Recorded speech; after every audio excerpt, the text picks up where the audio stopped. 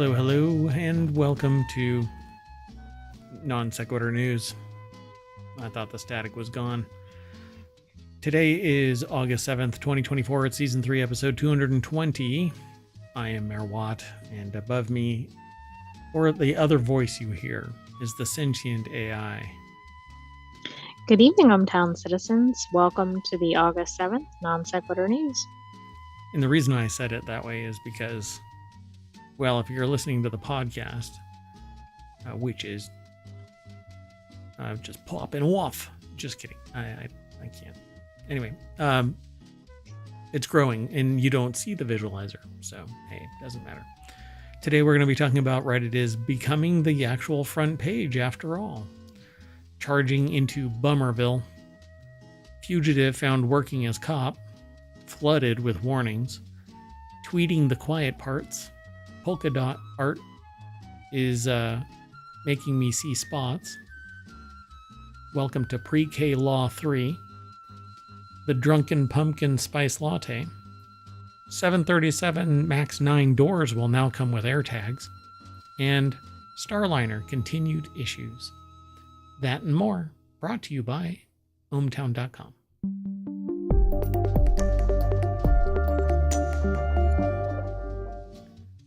All right, folks, let's get right on into it. The very first article is in Reality Hacker, which is one of our other six other podcasts. And then Non Sequitur News is also a podcast. So if you're interested in everything else we talk about, you can do a search for ohmTown and you'll find us. Well, Reality Hacker is about VR and AR and all that kind of stuff, but this was aggregated by Digital Trends, which is getting aggregated apparently based on this into Reality Hacker. All right. Well, anyway, despite Reddit's modest early beginnings, it's grown into not only the backbone of Google search, but the future of internet as well. I guess the CEO saying, "You'll be back," holds true. Isn't that how most big tech companies operate? Well, I mean, when the CEO edits somebody's post and everybody, flips out and the response is, "You'll be back." Yeah, I mean, it's kind of sociopathic and just what is the moral compass there? But anyway, I hardly use Reddit. I've used it over the years off and on and stuff like that, but usually there's somebody that has way too much power over somebody else's existence. And something that I had actually called out for years prior to it actually happened. And it was not well received by one mod, and they all stick together. But anyway, now apparently like mods got benefits from the IPO, and now they're saying the CEO kind of floated out the idea that some subreddits will be subscription. Yeah. I mean, they want to get on the subscription bandwagon. So why would you do that? Well, it's because you're now an IPO. So you have a whole bunch of investors on top of the investors you already have, which means you have to keep on increasing profits, not just getting profits, but increasing profits. But Reddit has never made any money since its inception. The model doesn't make money, right? Because people are posting articles. Well, yeah, I mean, and then it's driving traffic over to the source, supposedly. It depends on what happens, Like for ohmTown, we aggregate a little snippet and we talk about it and drive traffic over. For Reddit, people will wholesale copy the article and post it inside the comments, or they'll take a screenshot and post it or whatever. But in some way, they'll fracture off the interesting part and house it within Reddit. At one point, Reddit actually held adult content on an external site, and they did away with it, and now it's all internal, certain content. And they excised this external site. Well, why would you do that? Well, it's so that you're in control of all of the information, which means the traffic has to stay on you. Again, it's all because they the investors that are there are making money. While it's burning money, they're making money. They're getting a draw. The CEO and other executives are making money. Investors are looking for the longer play, hoping that somebody else, well, at this point, I think Reddit has to get bought by somebody else, but Condé Nast owns them. So this is the long play. Well, I'm not sure they're going to get reacquired after Condé Nast. Right. And I really don't get, like, they're getting ad revenue, and portions of that have to be going to individuals. And that's why they're not making, the company isn't making money, because there's portions being broken off to various investors. And that's why it's running, either negative. Everybody's getting a little bit of juice back. I don't know. I'd have to look into it, see how they're actually playing it out. But if it's like every other business, that's how it works. So anyway, Luke Larson over at digitaltrends.com put the article together, and it says Google suddenly loves Reddit, AI built on Reddit. And Google has been turning up Reddit results on top of the list. So this is the problem that I have, is that information isn't necessarily right. It's just current and popular. It may happen to be right, but there you have it. Well, and it's almost as problematic as AI, maybe less so, but I mean, somebody could have posted something completely fabricated. And that is true. Yeah. Like when they went searching for that one bomber or whatever, it turned out that they were wrong. But it's a meme on Reddit that, oh, look what we did. So, and Reddit's early start was actually fabrication. It was people posting stuff. And right now, even today, there's, I don't know how many millions of people that may frequent the site, but they're posting other people's content on Reddit. And sometimes there's a subreddit that's like, hey, link to the source, or give a citation or something like that. And sometimes you're vilified for it and sometimes not. It doesn't really matter. But at the beginning of Reddit, it was all AI, not really AI. It was machine powered fake accounts posting replies and comments and stuff to pretend that there was traffic. So you fake it till you make it. And then people started coming over more and more and more and more from Dig, and then it imploded, and the rest is kind of future history. But yeah, so now Google is displaying Reddit increasingly, it says, is becoming an important part of the future of the internet too, thanks to AI. Reddit was pulled, or is being pulled, into an AI solution. OpenAI is my understanding. But it says this is no coincidence, of course. According to the report, this increase in traffic is thanks to people upending the word Reddit to searches such as Elden Ring Reddit. So you may have noticed this behavior in yourself in attempts to skip past the hordes of optimized articles slathered in ads in hopes of finding a simple answer to your question. Well, Reddit has an ad. It's kind of low end. It's not in your face. They have interstitials on the new interface. If you go to old.reddit.com, you get a different perspective. But yeah, you can do a search, and Reddit plays a big role in being a limiter, just like any other site that you might discover provides information in a consolidated way. There are other websites that you can tack on, right? If you want to learn something about programming, you use a program like GitHub or something like that. If you want to learn about a drink or a recipe or whatever, you can, or you want a video, you attach Google or YouTube, I should say. Anyway, so now the article switches over and talks about AI chatbots, and that's where Reddit comes in. Google was paying $60 million to train Gemini. That's who it is. It's not OpenAI. It's Gemini. And then OpenAI came later, just a couple of months later, with its own deal with Reddit, OpenAI. And They're like, great idea. Let's do this too. Yep. And I think that it's kind of a poison pill because you don't know the quality of the response within Reddit. So it's going to get a lot of, I don't know, sociopathic, antisocial in with what used to be Reddit.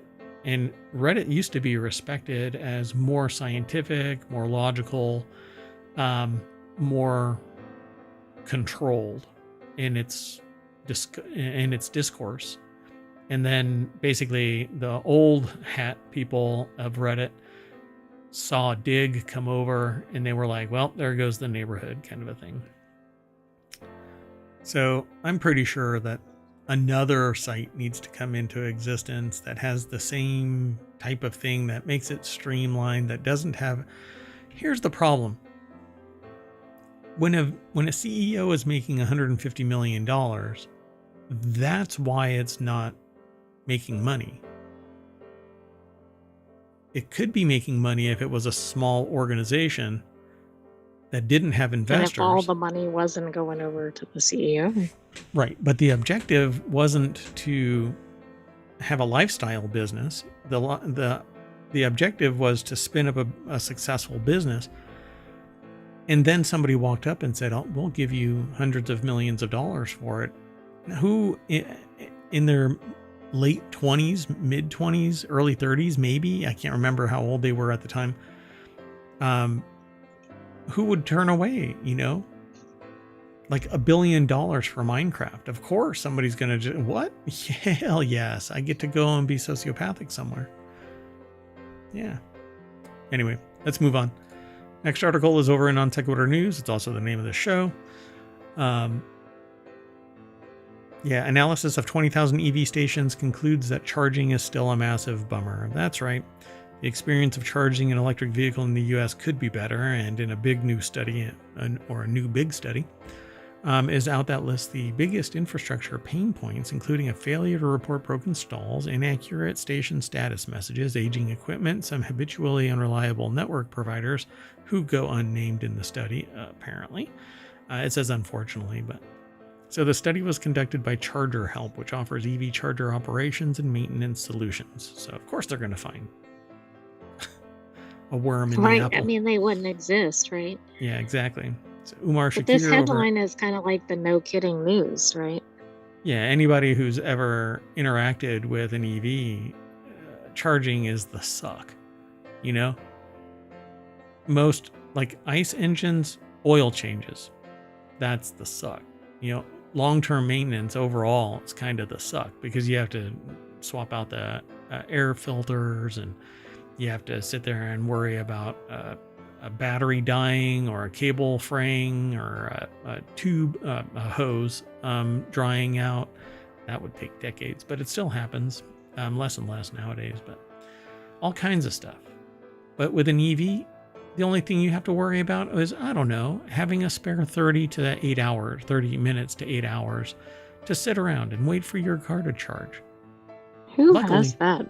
Luckily, you get to work 8 hours a day and give your car a chance to charge in somebody else's parking lot. I was going to say, the only people who have that amount of time have so many resources that they probably have a driver. Yeah, really. And multiple cars. Proposed solution, the deck statement says, Umar Shakir put the article together for The Verge, and the deck statement says proposed solutions to help make the EV charging experience in the U.S. better include getting OEMs and network providers to work closely together, which doesn't mean jack. What does that mean? No idea. So the study was conducted by the company Charger Help, which offers EV charger operations and maintenance solutions. The firm also had its findings reviewed and confirmed by Professor Gil Tal, who is director of the Electric Vehicle Research Center at UC Davis. Charger Help has used 4 years of data from 20,000 chargers it monitors, comparing networked stations' self-reported uptime against the actual uptime EV drivers find on location. So let me see if I can find this out really quick. If I can't, then I'm sorry, but let's see. I wonder if these EV chargers do better or worse than that one that's the retractable high. It looks like a power pole almost. Yeah, that's what they're using here, right?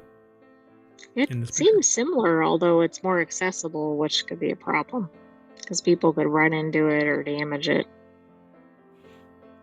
Oh, this is the article that we were talking about.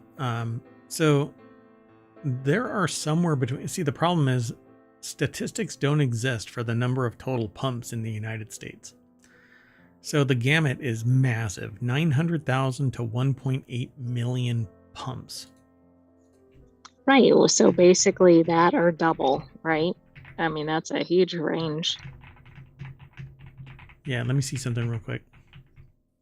So in April of 2024, the U.S. had over 168,300 charging outlets for plug-in vehicles, according to Statista, which I can't imagine that that's legit. But here's the deal. 168,300 charging outlets compared to 900 to 1.8 million pumps, 900,000. So 4 times on the low side, 8 times on the high side. And the problem is that those charging stations are bound up for anywhere between 30 minutes and 8 hours a day if you want a 100% charge. It doesn't make any sense. It makes no sense to do it. So you'd need at least, conservatively, you need at least like 16 times the number of charging stations as compared to gas pumps, right? Because the amount of time. It'd Right. actually be more than that, but Yeah, and according to an article by Edmunds, there's 3.3 million electric cars on the road. I'd love to know what the ratio is, like EVs to EV chargers compared to ICE vehicles. Right. Compared to gas pumps. Yeah, that's too many searches. So we don't really come prepared like that. So the study found that 26% of all stations analyzed did not positively match the perceived status. Across the chargers recorded, Charger Help calculates that actual uptime is only 73.7% compared to 84.6% is self-reported by the EV network providers. So of the 20,000 that they were looking at, similar to the amount of time you're going to have to spend, you only have 80. I'll be generous. I'll round up. 85% that were self-reported actually operational. So you could pull into a charging whatever bank, and there's 10 there. 2 of them are out of order. Yeah. Yeah, that's a bad ratio, especially when there aren't enough to begin with. Yep. There's also surprising variations in charger downtime based on location. For instance, at 4.4%, New Jersey had some of the lowest numbers of down ports in the country at the start of 2023. However, the state only had 27 working public charge ports per 1,000 registered EVs, which may not satisfy demand. Well, there's only 200,000 in all of the United States. No, it doesn't meet demand. It's because people charge at home. And remember, they're not as interspersed or spaced out, right, as gas stations. And so it doesn't really help somebody if there's, 100,000 EV stations in, say, California, but they're in Oregon. Yep. And that's how it is. Population centers have more, and then they're they're conservatively sprinkled all over the place, but don't go to Wyoming. Let's move on. The next article is over in Non Sequitur News as well. Most wanted fugitive found working as cop. The suspect fled the U.S. after a bar fight in 2004 allegedly led to murder. Well, Sean O'Driscoll over at Newsweek.com put this article together. Antonio Riano, 72, had been on Ohio's most wanted fugitive list for more than 20 years. Or nearly 20 years, and he had been sought in the shooting death of Benjamin Becerra, 25-year-old in Butler County, Ohio, in 2004. 20 years later, they find them working as a cop. U.S. Marshals arrested Riano on August 1st in his hometown of Zapotitlan, Palmas, Oaxaca, Mexico, where he was working as a police officer. A photo released after the capture shows Riano in his blue police cap and jacket. Wow. I mean, the only thing that would have been better is if he was serving as a police officer in his own jurisdiction where he was wanted, right? Yeah.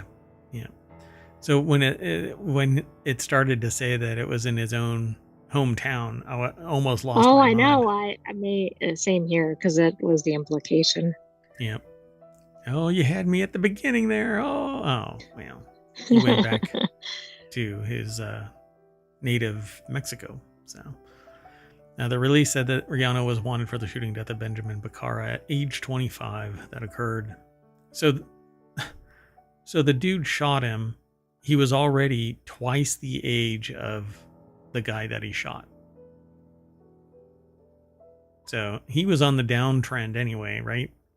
You know, when you're 52, you're pretty much heading down. Oh, never mind. Anyway, let's move on. Next article is over in Technology Today. New York's flood warning drones screamed at residents in incomprehensible Spanish. I mean, how rude. I had to choose this. So in the New York headline City was worth it alone. This is the headline. Yeah, it's just kind of hilarious. Do you picture like a little creature or something drone doing this? Just going. Like, yeah, exactly. That's what I'm kind of thinking of. Residents spotted one of the new drones issuing a flood warning on Wednesday to New York City residents in English and Spanish, but the Spanish words that came out of the drone were incomprehensible, according to a resident who shared it on Twitter. Maybe they didn't understand. Do you think it was Spanish. AI powered? Yeah, really. Danny Gallagher over at Engadget.com put the article together. The deck statement says Emergency Management Commissioner Zach Iskell apologized on Twitter. This shouldn't have happened. No. Really?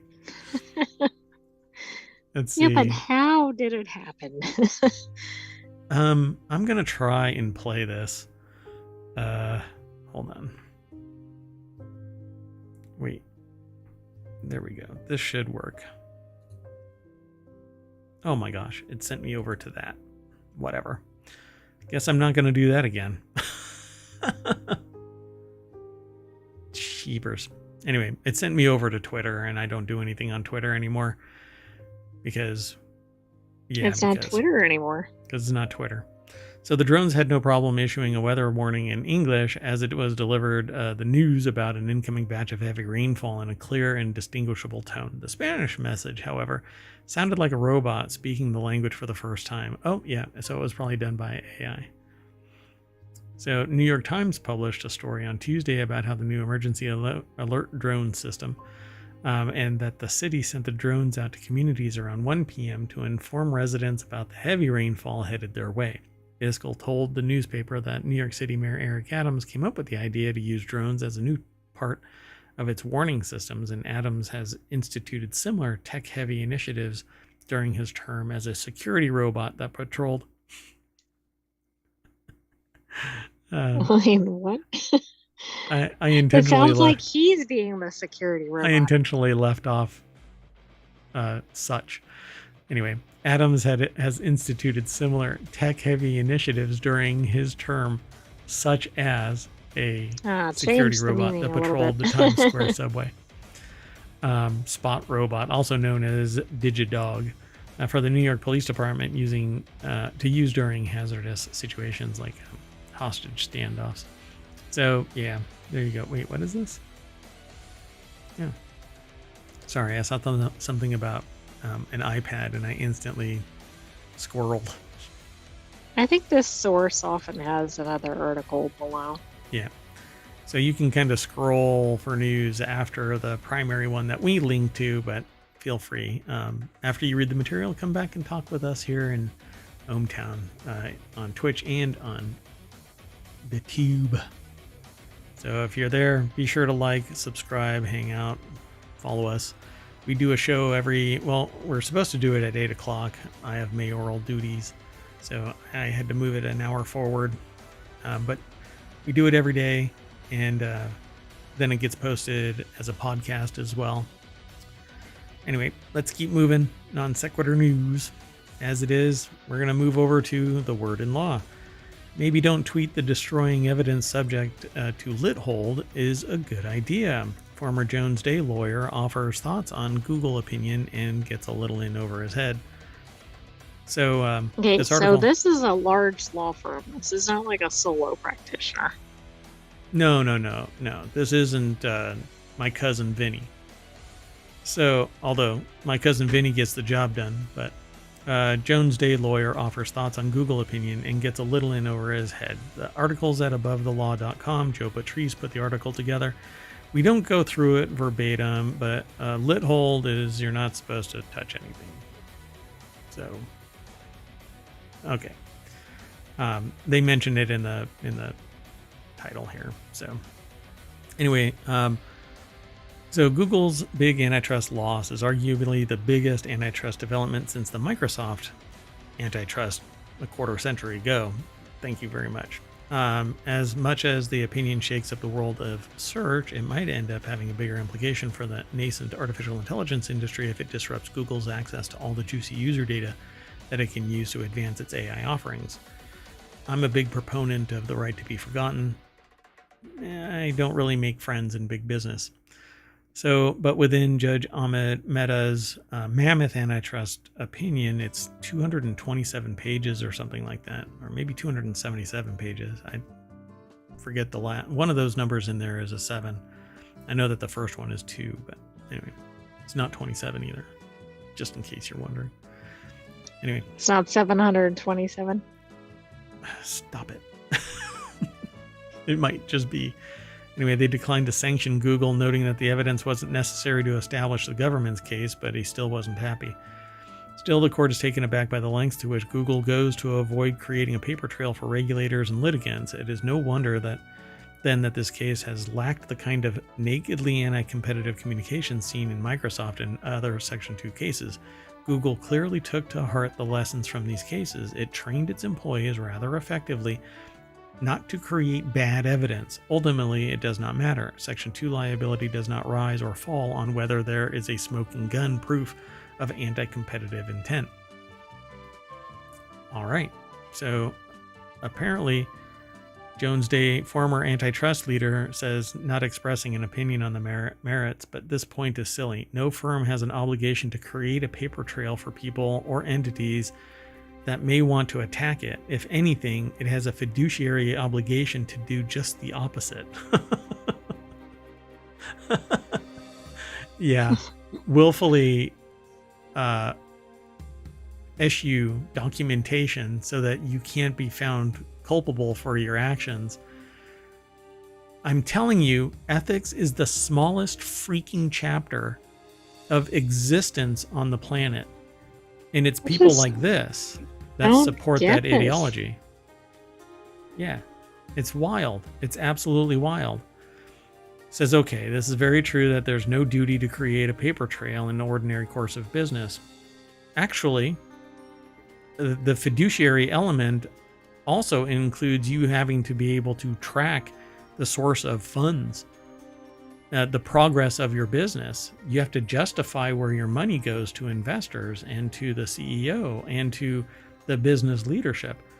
But if the business leadership from the top down tells you don't document anything because we're doing such sneaky shit that we'll eventually get caught, yeah, there's a real problem here. It almost rises to criminal activity because you're aware of it. You're cognizant of your actions and thus acting different so that you're not going to get caught.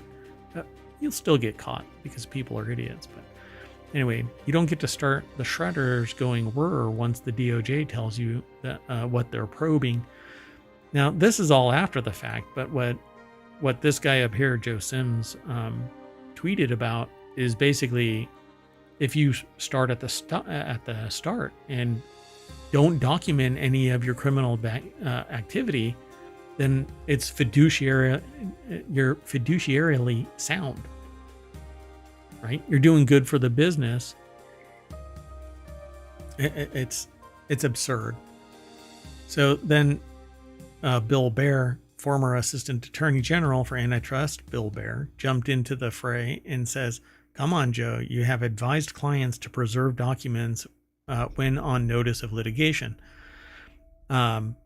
Google did not preserve for 2 years. Give me a break." And then they also said, "Alas, this helping hand was not taken." Sims replies with, "I advise clients to establish procedures that preserved only those documents needed for business purposes and dispose of everything else, which I assume you did too. Apparently, Judge Mehta did not believe the procedures adopted were improper and thus deserved sanctions." This person actually said, destroy evidence. Yeah, I don't know. That's a whole nother level of something. Wow. Yeah. If this person was a police officer, they'd go back and audit every freaking case that they were touching, associated with. It's amazing. It's absolutely amazing. Okay, we got to move on though. There's more in all of these articles that we talk about. You kind of go over, some of the nuts and bolts of it, but at the end of the day, there's probably going to be some. Yeah, see, they talk about document deletion policy, staying atop the exact moment when the document retention policy, or more accurately, the document deletion policy, has to be turned off is a big part of not having the court put the client on blast for spoliation. So you're not supposed to destroy anything, and you're supposed to conduct business without any tainted hand. You're supposed to just conduct your business in good faith, not with a conspiratorial mind to destroy data before it gets found out. It's rather disgusting, actually. But anyway, let's keep moving.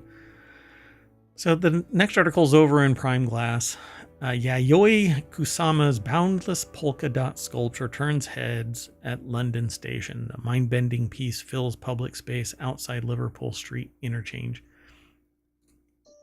Oh, nabbit. Hold on. So again, you won't run into this. The way that I put the presentation together, there's no way for me to see this within my capsule. But is this the same artist that I saw? It is. So this artist is actually pretty fascinating. At one point in their life, they started seeing polka dots overlaying everything, and they turned it into their art. It became their life. I actually saw this here in DC, right, in the United States. I don't know where they are now, other than, I guess, according to this, they're in London. So I know that it's a roving art piece. I don't know if it's still in Washington, DC. I couldn't recall if the artist is still alive. Because they could have an exhibit, of course. Yeah, they're 95 years old. Yeah, well, exactly. And they're from Japan. Right. Which is pretty apparent from the name, but yeah, you never know. And so the art is actually pretty fascinating. At one point, I was inside a room within a room, polka dots everywhere, and it created an illusion that there was a wall in front of me. And so I pushed on the wall because it was time to leave the room after you kind of drink it all in. But there was no wall, and I damn near fell out of this room into a darkened hallway. It was pretty amazing. And then the people behind me did the same thing, and thought it was really interesting. Ended up talking to other people who had gone through it, and they're like, yeah, we did too. So it was quite a profound art piece. At least to me, it was fascinating. I wouldn't call it spiritually moving, but maybe somebody else did. So pretty fun show when it was in DC. Yeah, definitely worth seeing if it's coming to your area. And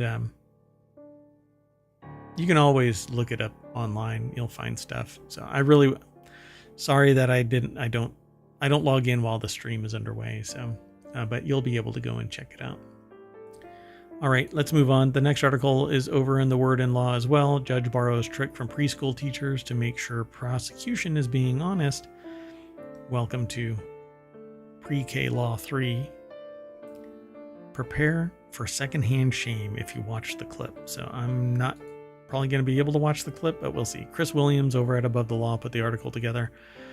There are times where it makes sense to pause and think before you answer a question. Dora the Explorer, one of the greatest characters of our time, frequently gives her viewers time to ruminate over questions like, what's your name? Can you see the map? And holy shit, is that Zorro-looking fox doing over there? So the judge is saying all this as nicely as possible, but I can't say I've ever seen a question like this put to a prosecutor at a trial, says Andrew Fleischman on Twitter. During the Young Thug trial, apparently, oh, wow, this is a revisiting of the Young Thug trial. Another day, another blatant discovery violation from the state. Love is speechless when asked if she's hiding anything else from the defense. Wow. That's amazing. This is the most ridiculous trial. I mean, we've had other articles that are about completely different issues on this same trial, but yeah, right? This is the one where the judge threatened the defense counsel, I think, and then jailed the defense counsel. And by the way, it had a secret meeting with the prosecution, and now I think this is a new judge. It is. Yeah. What is going on with this trial? Yeah, I don't know. And here's the thing about this. There is going to be so much to appeal. You might as well just call this a mistrial. And I think it'll be like appeal 1, day 1 of the trial, appeal 2. Like there's so much to pick from here on probably either side. But meanwhile, the defendant is sitting there not out doing, living their life. Whatever it is that they've done, get your act together and then prosecute. But this, when the judge that's overseeing it says, another day, another blatant discovery violation. This is Thugger Daily over on Twitter. When the prosecution, or it says, Love is speechless when asked if she's hiding anything else from the defense. So Love is the prosecution state attorney. And is asked by the judge if they're hiding anything else from the defense. I think you've already lost. Right. I mean, the fact that the judge is asking that question is pretty concerning. Right. It's like blurting out. Why would they be asking that? It's like blurting out, like, I'm not racist. I have black friends. No. Look, if you have to make that statement, you're probably saying or doing something racist, right?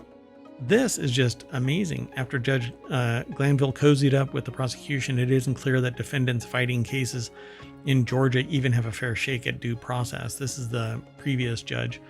So the new judge basically turns to the prosecution attorney and says, are you hiding anything else? I'm just shocked that this case is still going.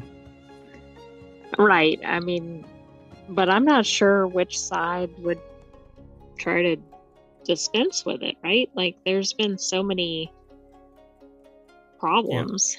Yeah. Really, the state should just walk. Okay.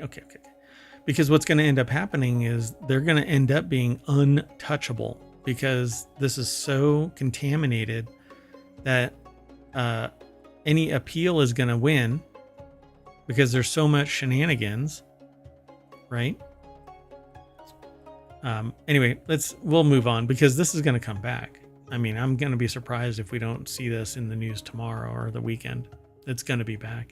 Oh, we're definitely going to see more about this. I mean, I think we've already had like 3 articles and shows on this, and we haven't picked everything that's come up. Yeah, there's still more. It's fascinating. All right, let's keep going in the order of the grape. It's a channel called Of the Grape, and I've got news. I think depending on how this plays out, we've got 2 more weeks, and then we'll talk about another project that's underway, and we'll see if we announce it. But if you're curious, then ping us periodically. Stop by and say, hey, you mentioned a project. It has to do with something spiked. I don't know. Duncan just dropped a canned spiked pumpkin spice latte. I call this section the Drunken Pumpkin Spice Latte. So it's August, which means trips to the beach, backyard barbecues, and pumpkin spice. Yes, pumpkin spice products are already dropping, including a questionable 7-Eleven Slurpee, which I have not been in a 7-Eleven in several weeks, maybe a couple of months. For this, you can thank the seasonal creep phenomena, which brings the flavors of fall closer and closer to the middle of summer each year. The latest culprit, Dunkin's spiked new pumpkin spice iced latte. So is it actually alcohol? I can't imagine. I think it is because of the spiked, right? Doesn't that mean with booze in it? Yep. So yeah, it's part of a ready-to-drink line of hard canned coffees and teas launched last year with flavors like strawberry dragon fruit iced tea and caramel iced coffee. Following its success, the brand is expanding to this limited edition seasonal release featuring a fan favorite flavor. The new offering comes in at 6% ABV. So I helped kickstart a thing called Igulu, and lo and behold, I got it. And it's in progress right now, doing an amber lager. And if that turns out a success, I will make a spiced pumpkin or a spiked pumpkin spice latte lager, basically a flavored beer like this. And we'll see if the Igulu can do that, or Igulu can do that, because they actually have 2 models, the F1 and the S1. I have the F1, the original. The S1 is the new one. But I actually have always wanted to do a show. It's kind of obvious. I want to open up a distillery, even a micro distillery, I have a channel here called Distillerist. Another one called Of the Still, but it's because one is a deeper dive into drinks and the other one is just general discussion. And then there's Of the Bean, which is about coffee, Of the Brew, which is about beer, Grape is about wine, Leaf is about tea. Anyway, the bummer about distillation is it's entirely illegal in the United States without you being a commercial enterprise. And I don't. Yeah, it's kind of limiting in the U.S. Yeah, I don't really want to be And the primary mover for that, not only is it a little protectionist, but methanol is really, really dangerous. It burns invisible and hot, and so you could actually set something on fire and you not really realize it. And I mean, until you're on fire. So yeah, that's why there's a big limit on it. But small batch kind of stuff, it's mostly harmless, particularly when you talk about things like air stills. Anyway, that has nothing to do with this, but non sequitur news. So the article is over at vinepair.com. Hannah Staub is the author. And this looks exactly like I would expect from Duncan. It does, but you're not getting that in the can, because it looks like a drink in a glass or something with the whipped cream and the caramel. Yeah, you dump this out into a glass and then you throw some whipped cream on it and boom. Tanked. I think it's fascinating that Duncan has gotten in on this. It seems like all the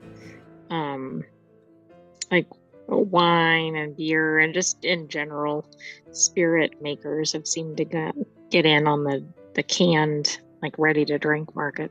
Yeah, I think that this is great. I love this. I'm going to have to go and get I'm not this. opposed to it. I'm just surprised that Dunkin' is doing it now.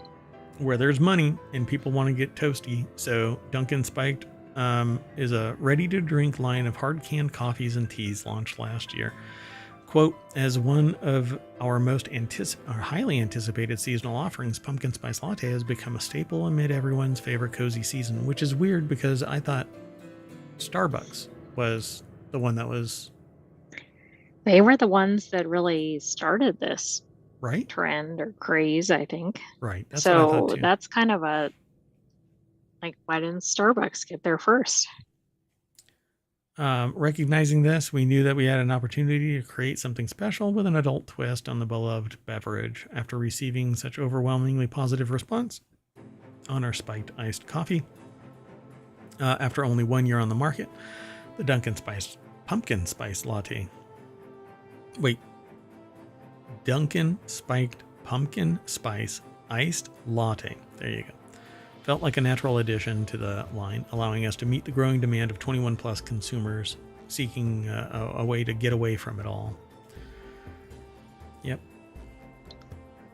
I can't imagine trying to order that somewhere. I guess you buy it in a grocery store or a liquor store or something, but yeah, you definitely go to a liquor store. It's just like you could get tongue-tied with the name.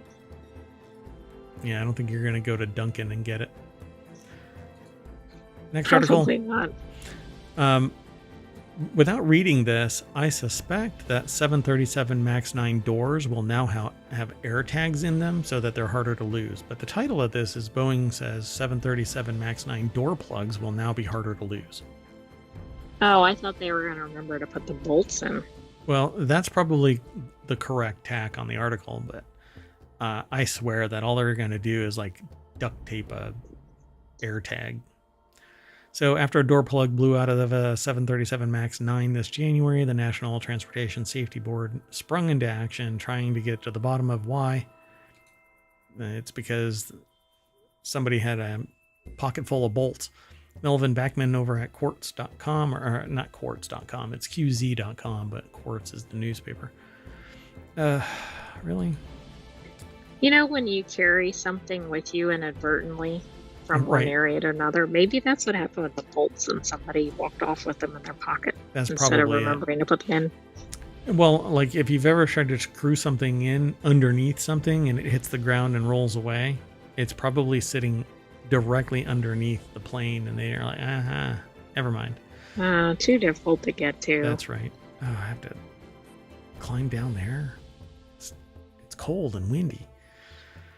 Anyway, the inquiry continued this week with a series of hearings designed to more fully understand. Well, the blowout has hurled Boeing into chaos, tanking its stock price and prompting its CEO to announce his retirement at the end of the year, and thus not disclosing the location of all of those bolts. I have them all.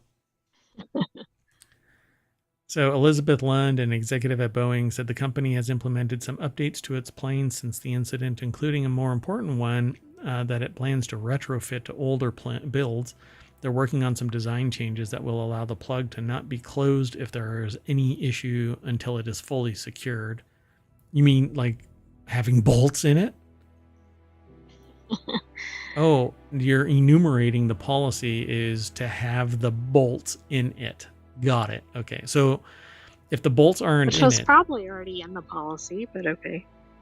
So yeah, the plug is not to be closed if there's any issues until it's fully secured. So if you think it's fully secured because it seats, but what? Yeah, how are you going to close it without the, like, you have to close it to put the bolts in. So I'm not quite sure how this policy is going to work. Right. Yeah.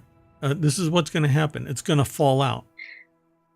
That's what it did at 25,000 feet. Anyway, let's keep moving. We have another one that's going to be causing problems. Totally called it right from the beginning. This article's over in Four Wheel Tech, even though it doesn't really have any wheels. Boeing Starliner could brick ISS docking port if crew abandons it. So here's the kicker with this thing. It doesn't have the software in it to automatically undock. So somebody has to be inside it. They're going to do an update of the software, but it's going to take a month. But there's a mission right now heading towards the ISS for a supply mission that has like 9 tons worth of equipment in it or something like that, or 4 tons. So NASA is contemplating bringing astronauts Barry Wilmore and Suni Williams, I think it's Suni Williams, home from the International Space Station on a SpaceX Crew Dragon and flying a Boeing Starliner back empty. One problem, Boeing removed the Starliners. Really? I didn't know that it removed it. I didn't think it had it. Anyway, Boeing removed... Well, and apparently the Cygnus has already arrived, so I don't know how that happened. Yeah, where is it docked? There's only 2 and they're full. Right. None of this makes any sense. And they can't go to the Russian side because it has a dock incompatibility. So Boeing removed the Starliner's autonomous undocking feature from its software. I guess that NASA needed to pay the subscription. Oh yeah, it must have had a subscription fee. Ryan Eric King over at jalopnik.com put the article together. NASA fears Boeing autonomous software update for Starliner could render ISS docking port inoperable. And that's because it's going to take a month, 4 weeks to update the Starliner, verify that it can detach properly, and automatically undock and transit back to Earth. This is so odd. I mean, this just doesn't seem well planned out. And by the way, I just noticed the Cygnus was having issues before that was launched too. So, interestingly. Oh boy. So the aerospace manufacturer wants to push a software update to the spacecraft in orbit, but NASA fears it could do more damage. It's been over 2 months since the Boeing crew flight test launched from Cape Canaveral. NASA not only delayed its decision on the Starliner, but also the launch date for the upcoming SpaceX Crew 9 mission from August 18th to the 24th. This is all stuff that people have reported previously in other areas, so it isn't really new information, but Ars Technica dug into the reasoning behind the potential delay, and it's because of first blush, it seems absurd, right? It had the need to update the Starliner's flight software. 3 separate, well-placed sources have confirmed to ours that the current flight software on board Starliner cannot perform an automated undocking from the space station because it was removed, is what the article says. So, unbelievable. Does this remind you of like Tesla's car wash mode or something? Yeah. I don't know. It just seems like how it's designed seems like there are going to be issues, right? Like the fact that a person has to be there with software, etc. Yep. Yeah. It's basically done. It's a brick in space unless there are 2 human beings in there flipping switches in a system where the flip of a switch is telling a computer to do something that it should be able to do automatically. Yeah. And the moment that the first issue that it had of the helium leak, I said, this thing is a sieve. It looks like it's held together by spackle, duct tape, and a tampon. And lo and behold, it has another leak. And then while they're traveling through space, they find 4 more leaks, and then the engines misfire, and then it can't dock properly, so it resets and docks properly, but now it's there, just hanging there. Yeah. I still kind of think it should have just turned around and gone home.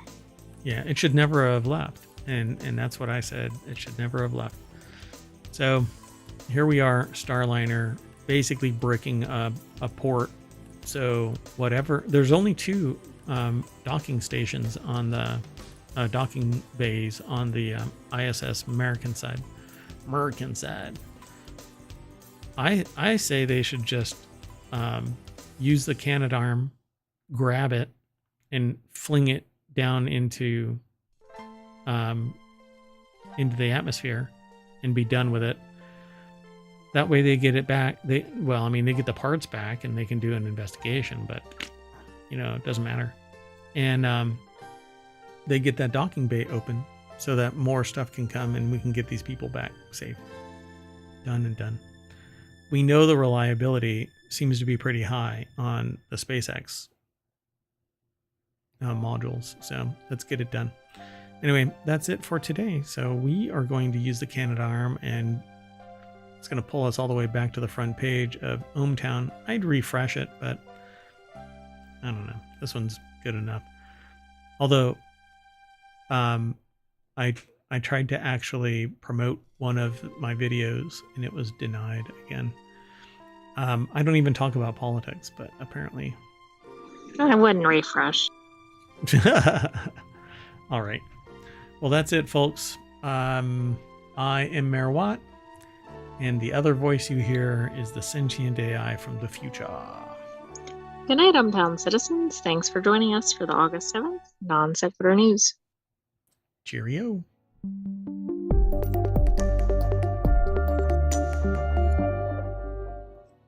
Oh, my docking port is bricked.